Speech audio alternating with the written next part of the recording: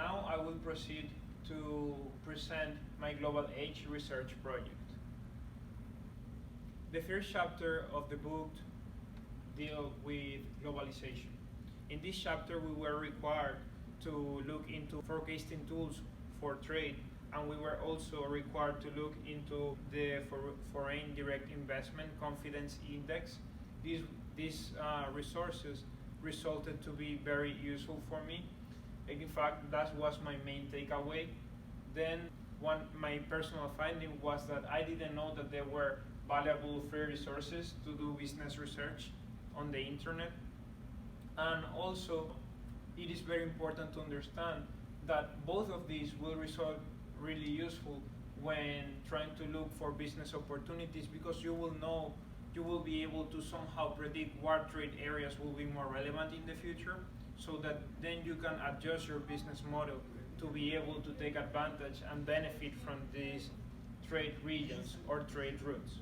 One chapter was national differences in political, economic, and legal systems. The main takeaway from this chapter, and especially the research task, was that doing business in one country varies from doing business in another country.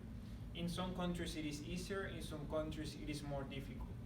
The research tag, the most valuable part is that they were able to provide us with new resources that we could look into to be able to find out where is it easier for us to do business and how political and economical systems influence the way we do business in a determined country.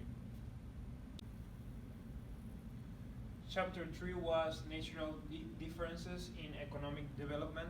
The main takeaway of this chapter was to understand that in different countries the economic development is different.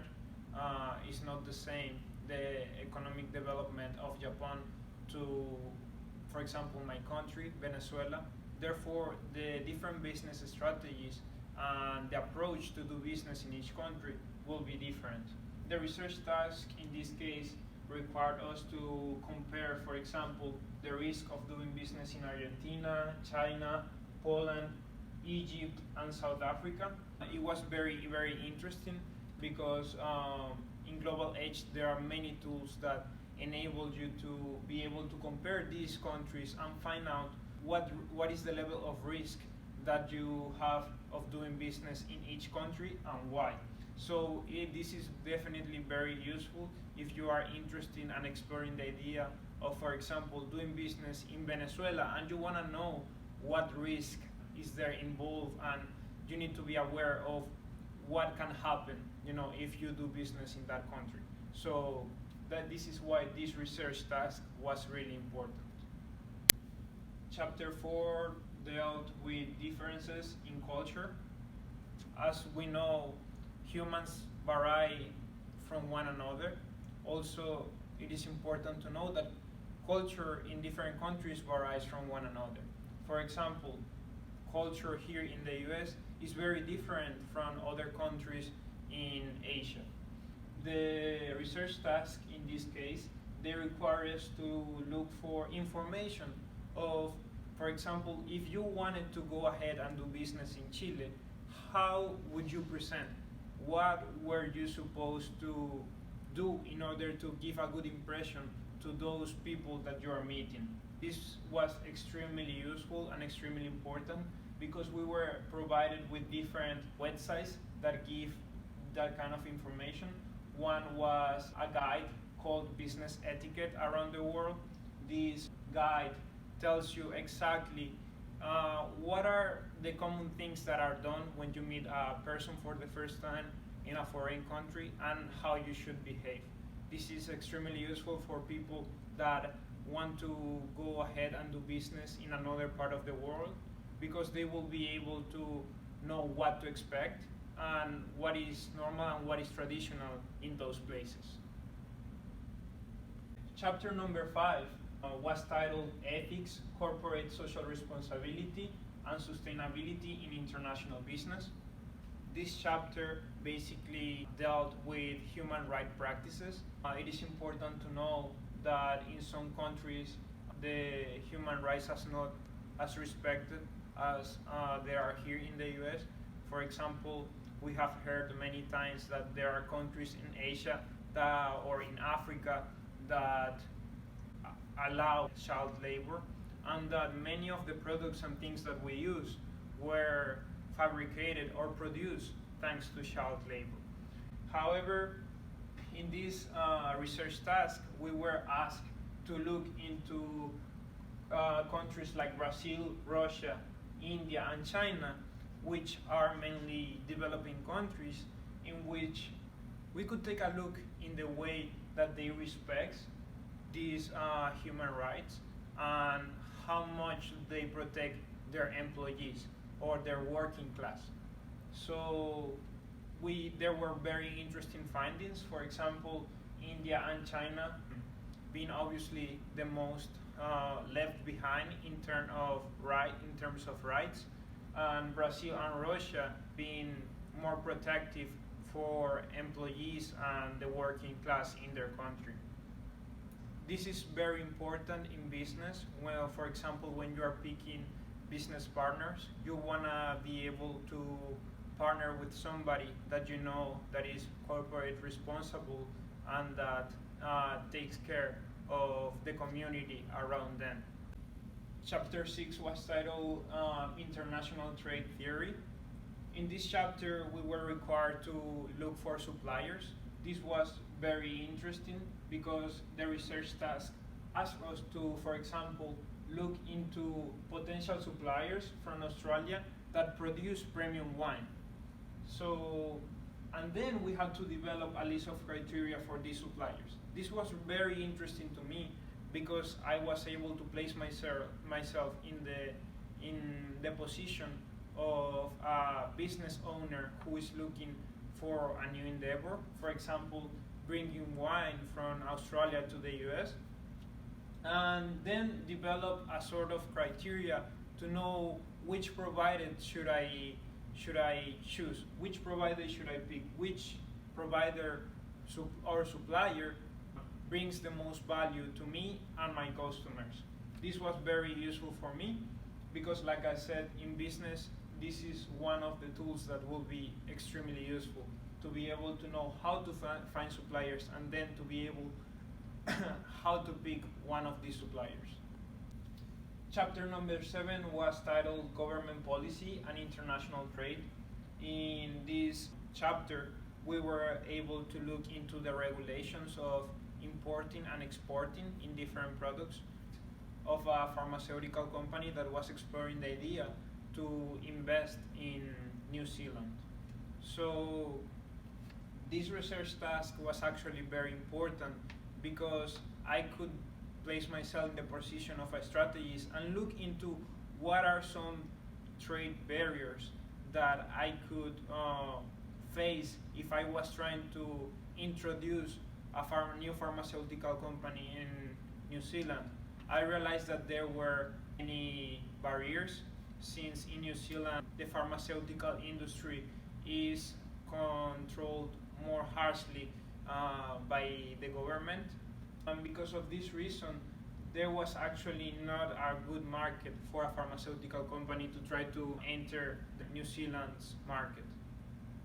Therefore, this kind of resources will result extremely useful when you are exploring the idea of entering new markets. If you already have a business model and you want to expand to another country, it is good to be able to place yourself in the position of a strategist, find information of what are the trade barriers that you can find in those countries that you want to expand, and then from then on try to develop a strategy if you think that you will benefit from entering this market, or on the other hand looking another way and trying to find another country that is more beneficial to your company.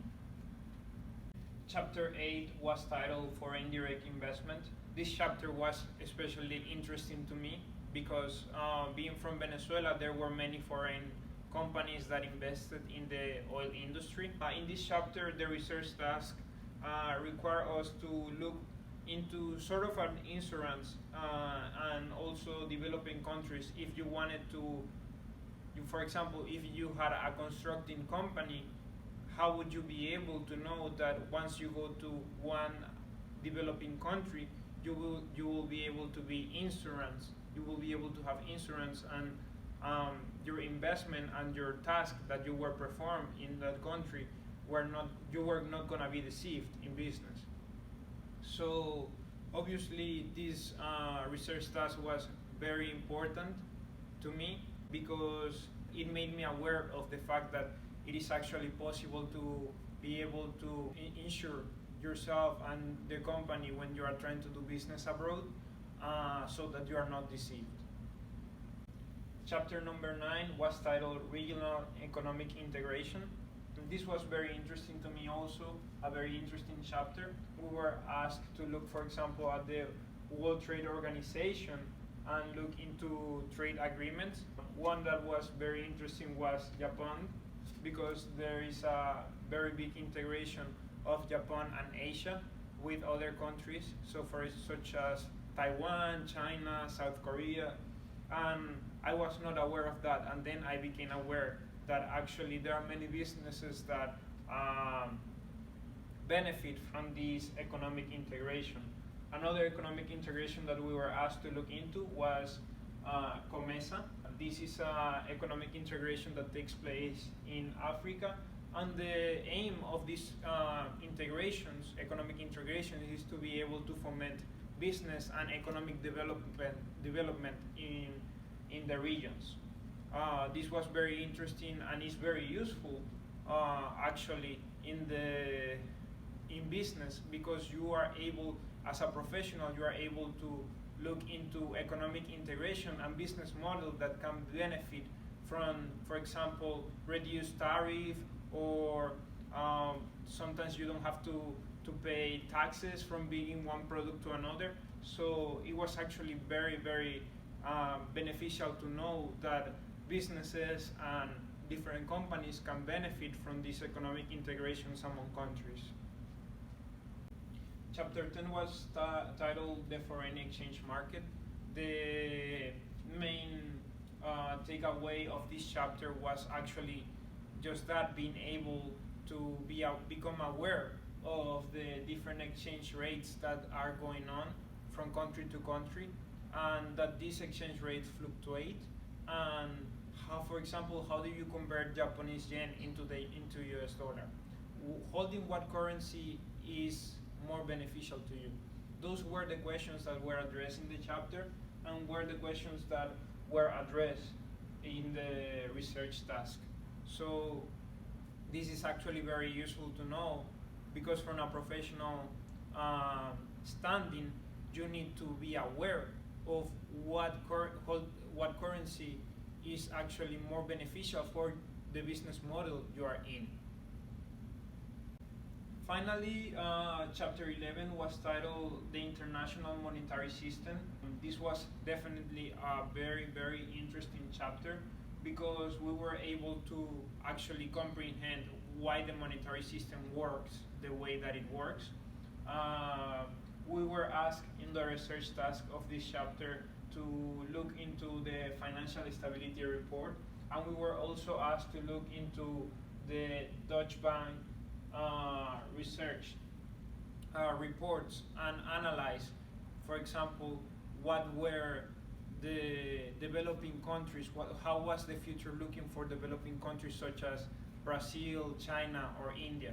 So this was definitely one of the most recent chapters, but also was one of the research, these were some of the research tasks that provided more useful resources, because I was able to become aware that there is something called the Global Financial Stability Report that allows you to understand what is the current financial standing of the world as a whole, and what is it that is going on financially, so that strategists and business owners can plan ahead and take advantage of these reports to develop a strategy to face the future trends of the market.